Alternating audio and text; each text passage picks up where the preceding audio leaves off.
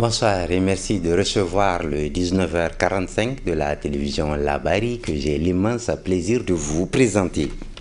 Avant le développement de l'actualité, découvrons ensemble ce communiqué du bureau UNICEF Niger, communiqué ainsi libellé. L'UNICEF a pied d'œuvre pour enrayer l'épidémie de diphtérie au Niger. Niamey, 30 octobre 2023, en réponse à l'épidémie de diphtérie qui sévit au Niger, l'UNICEF, en partenariat avec le ministère de la Santé, a lancé une initiative commune pour lutter contre la propagation de la maladie, note le communiqué. Au 27 octobre 2023, poursuit l'UNICEF, l'épidémie s'est propagée dans 30 des 72 districts du pays, entraînant 1716 cas confirmés et 75 décès. La région de Zender, sévèrement touchée, a rapporté 88% de l'ensemble des cas. Elle est la plus densément peuplée du pays et se caractérise notamment par ses nombreux échanges avec le Nigeria voisin, lui-même en proie à l'épidémie déclarée en janvier 2023. La diphtérie, poursuit le communiqué de l'UNICEF, est une maladie très contagieuse, évitable par la vaccination, qui peut être mortelle dans 5 à 10% des cas, avec un taux de mortalité plus élevé chez les jeunes enfants. L'UNICEF intensifie ses efforts pour fournir une aide essentielle, précise le communiqué. En partenariat avec l'Organisation mondiale de la santé, avec l'appui logistique d'ECHO, l'UNICEF soutient activement les efforts du ministère pour la coordination de la réponse et l'achat de médicaments et de vaccins nécessaires au traitement des cas et à la riposte vaccinale. Ces efforts, poursuit le communiqué, permettront de traiter 5000 personnes et de vacciner 490 320 enfants de 1 à 14 ans. Dans la région de Zender, nous sommes tous à pied d'œuvre pour juguler l'épidémie avec, en plus de la prise en charge et de la vaccination, des mesures de prévention de la propagation de l'épidémie, a souligné Aboubakari Tal. Il est représentant à l'UNICEF Niger. En associant nos ressources et notre expertise, nous sommes déterminés à apporter une aide immédiate aux personnes touchées et à renforcer l'infrastructure des soins de santé au Niger, conclut le communiqué. Le bureau du SAMAN, c'est le syndicat autonome des magistrats du Niger, était face à la presse ce 14 novembre 2023. Dans la déclaration qu'il a publiée à cette occasion, le SAMAN demande au Conseil national pour la sauvegarde de la patrie, CNSP, la suppression des privilèges de juridiction et autres immunités accordées aux membres du gouvernement et aux parlementaires, et cela pour une bonne administration de la justice. Suivant cette déclaration avec Doubou Yahya, il est le secrétaire général du SAMAN. Le Ben Saman a suivi avec intérêt, depuis les événements du 28 juillet 2023, l'intensité et la charge des débats sur l'institution judiciaire dont les principaux acteurs, à savoir les magistrats, sont à tort ou à raison taxés d'être inféodés au pouvoir exécutif. Cependant, il convient de relever que cette opinion n'a véritablement pas tenu compte des obstacles juridiques et institutionnels que le SAMAN a toujours dénoncés et qui empêchent au pouvoir judiciaire de s'affirmer pleinement vis-à-vis des autres pouvoirs, notamment l'absence d'un conseil supérieur de la magistrature véritablement autonome, la subordination des magistrats du parquet au pouvoir exécutif et les privilèges et immunités accordés aux membres du gouvernement et de l'Assemblée nationale. Porte-flambeau de la lutte pour l'indépendance de la justice, le SAMAN, par ma voix, prend acte de l'engagement maintes fois réitéré par le président du Conseil national pour la sauvegarde de la patrie, CNSP, de ne pas s'immiscer dans l'exercice du pouvoir judiciaire, témoignant ainsi de sa volonté de respecter et de faire respecter le principe sacro-saint de la séparation des pouvoirs consacré par les instruments juridiques internationaux ratifiés par le Niger. Toutefois, le Ben Salman tient à rappeler au CNSP que pour asseoir une justice véritablement indépendante, jouant pleinement son rôle dans la construction de l'état de droit et conforme aux aspirations du peuple nigérien, des réformes hardies et courageuses doivent être urgemment engagées. C'est pourquoi le Ben Salman, conscient de l'importance de cet enjeu, demande au CNSP la réforme du Conseil supérieur de la magistrature, organe important dans la gestion de la carrière des magistrats. La réforme du statut des magistrats du parquet en vue de les rendre plus indépendants du pouvoir exécutif. L'adoption d'un plan de carrière définissant des règles objectives de nomination et de promotion des magistrats. La suppression des privilèges de juridiction et immunité accordés aux membres du gouvernement et aux parlementaires. La dotation des juridictions à moyens conséquents pour leur fonctionnement.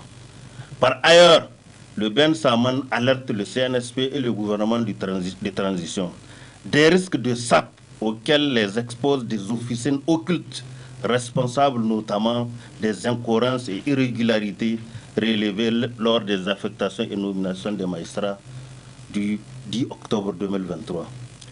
Du vide institutionnel découlant du retard de l'installation des hautes juridictions dissoutes depuis les événements du 26 juillet 2023.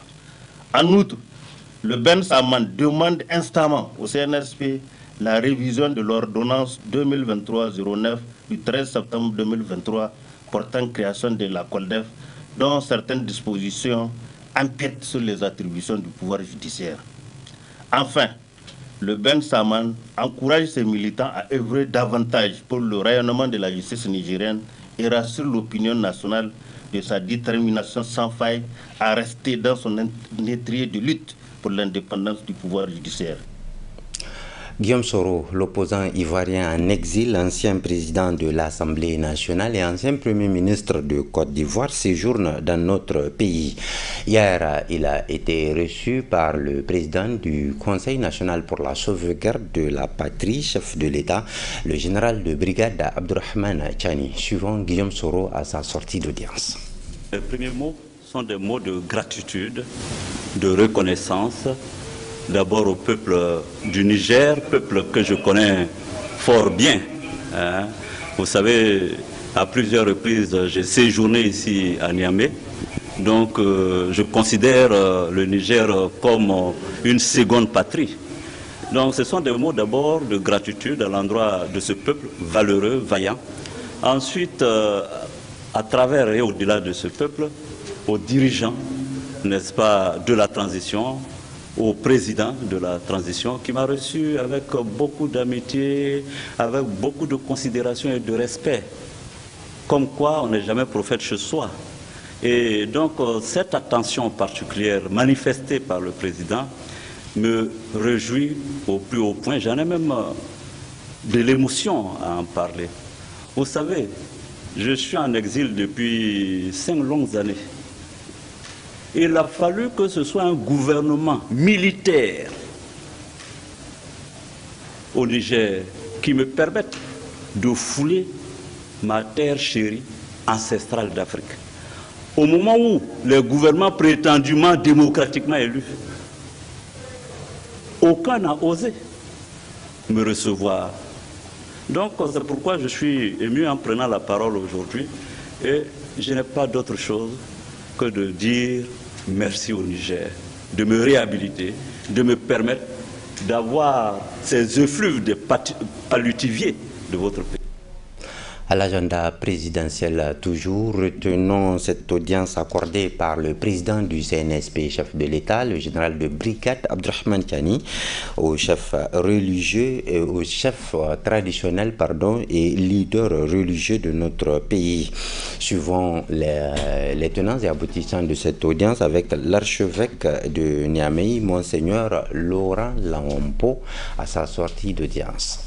La communauté chrétienne s'est engagée à soutenir tous les idéaux du CNSP à travers des collectes dans nos églises pour que le don que nous allons remettre puisse aider la population, parce que c'est une cause noble en tant que citoyen pour être aux côtés en ce moment difficile. Voilà donc pour ce qui est des audiences accordées par le chef de l'État général Abdourahmane Tchani. Parlons de ce fait de société qui concerne l'éducation des enfants. On en parle beaucoup ces derniers temps et ils sont nombreux les analystes à reconnaître et à déplorer l'abandon de plus en plus par les parents de donner une bonne éducation aux enfants. Aujourd'hui, on constate que les parents laissent plutôt l'éducation de l'enfant à l'école qui lui apprend à lire et à écrire. Or, le premier contact de l'enfant, ce sont bien ses parents qui doivent lui inculquer certaines valeurs. Ce sujet a intéressé Cherifatou Daouda et Ibrahim Abdou pour la télévision Labari. La imitation de la société actuelle modifie parfois les structures familiales et les parents peuvent connaître des difficultés pour accompagner leurs enfants dans leur développement ou tout simplement s'interroger sur leur éducation. Le cercle familial est le premier lieu où le bébé découvre le monde, communique et ressent des émotions. Et les parents sont ses premiers repères.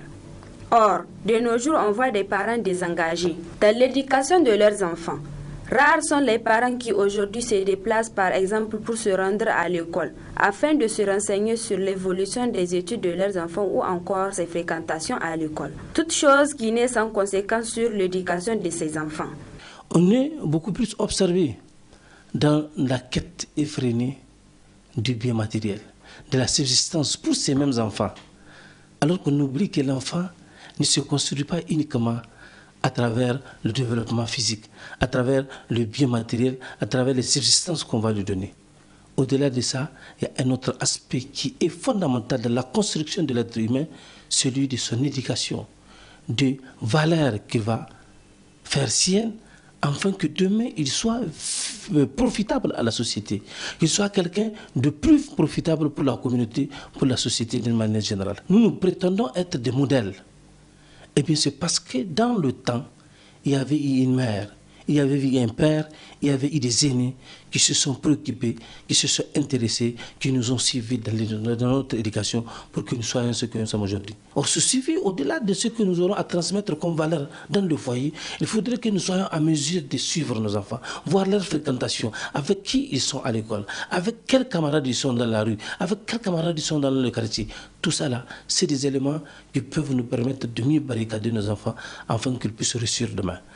Par la même occasion, il lance un appel à l'endroit des parents pour qu'ils puissent prendre leurs responsabilités en main afin de garantir un bel avenir à leur progéniture et montrer l'exemple à suivre pour les générations futures. Il faudrait que nous revenions un peu sur la manière de gérer notre temps.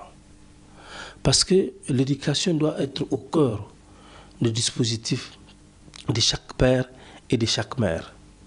Si un d'entre eux n'est pas disponible, il faudrait qu'il y ait un qui puisse encadrer, qui puisse transmettre les valeurs à l'enfant.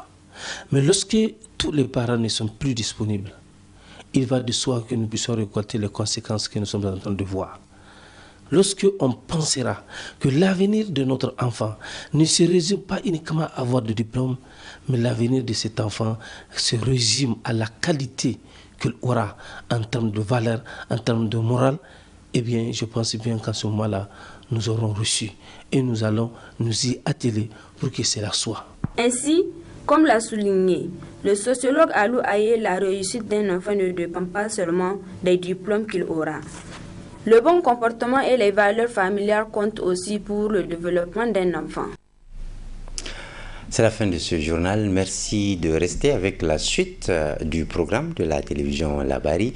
Moi, je vous reviens jeudi à 19h45 pour d'autres nouvelles. Inch'Allah. Portez-vous bien et à très bientôt.